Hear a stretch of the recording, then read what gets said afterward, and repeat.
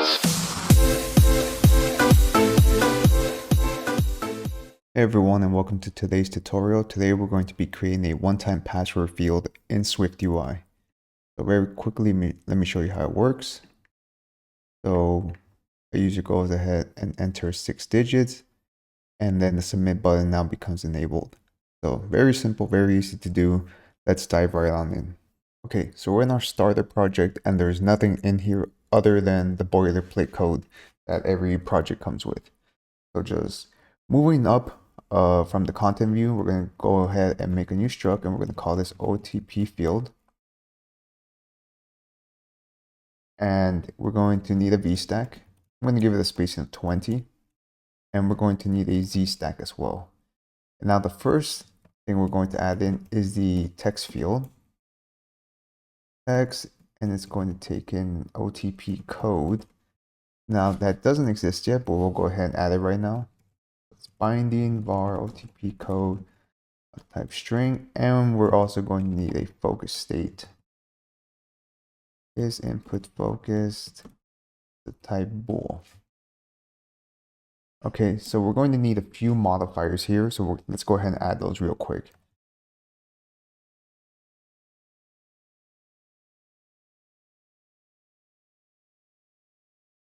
Okay, so let's go through these modifiers. For one, this is the keyboard type, and we only want to allow a user to enter numbers. This is the text content type, and this is really important to add because this is what's going to enable the autofill. So when they get a text message saying this is your verification code, this is what's going to allow them to actually autofill it in. Focus, this pretty much just binds the focus state, and this opacity. So this makes the field nearly invisible while still maintaining functionality. And we want to disable autocorrect just because we don't want any unwanted text suggestions. Now we want to add an onChange. So onChange of OTP code, and we'll do let filter is new value dot filter $0 is number, and right below that line we'll do OTP code is string, that filter value that we just created, and prefix of 6. So this allows us to just restrict it to only numeric characters, because even though we're only allowing them to use a number pad, there's also a possibility that they may try to copy and paste something from another application, and this pretty much allows us to prevent that. And at the same time, this restricts the length to only 6 digits. So now that we have this, within that same VStack, that's our text field that's actually going to handle the text entry, but now we need to do the visual representation. So to do that, we're going to need an HStack. I'm going to do a spacing of 12, and we'll do a for each. We'll do 0 to 6, the self index in, and then we'll do some actual UI work in here. So ZStack, and we're going to need a rounded rectangle, a corner radius.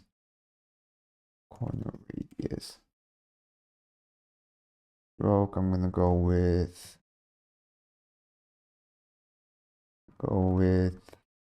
color.gray, and then line width, line width 2. And for the framing width, I'm going to go with 50 for both. And then lastly, we'll need text, and here we'll do index is less than the OTP code count, string array code index. And then we do need to return something in case it's empty. So we'll do an empty string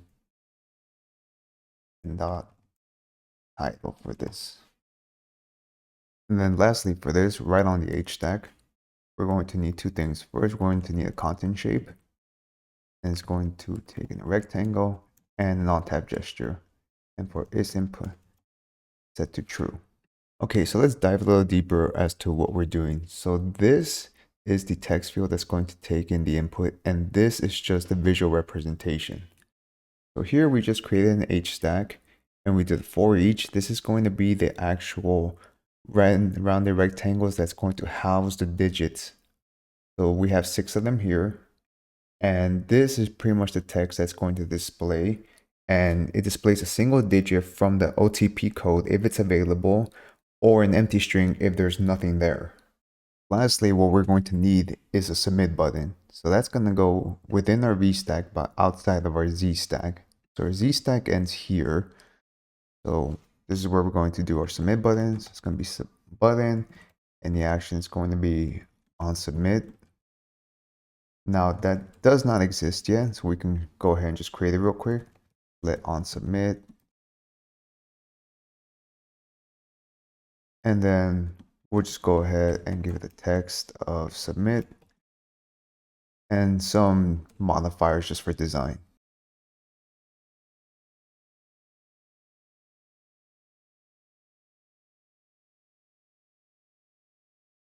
So these are just modifiers, mostly just for styling. The ones I recommend keeping are background and disabled. That way, if a user hasn't entered all 6 digits, then the color is gray with an opacity of 0.3, and it gives it a UI that pretty much looks like the button is disabled, and it actually is disabled until the count is at 6. And once they fill in all 6 digits, then the color becomes blue.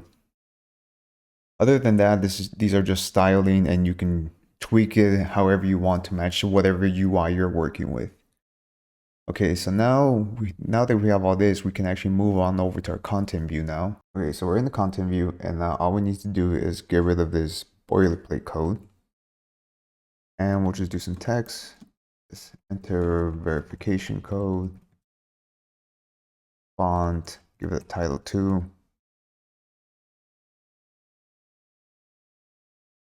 Font weight, then my bold, and then our actual OTP field. And it's going to take in 2 things. One is an OTP code,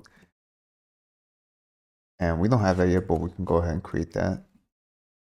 The private var OTP code is an empty string and on submit. So this is going to take in a function, and we'll go ahead and create that.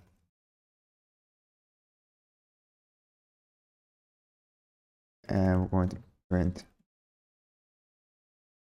So in this function, this is where you place your network call logic that's making the actual call to whatever authentication API you're working with. And ideally, this would be in your view model or the file that contains all of your logic. But for the sake of this tutorial, we're going to go ahead and keep it here. But other than that, we pretty much have done everything we needed to do. So we can go ahead and run this.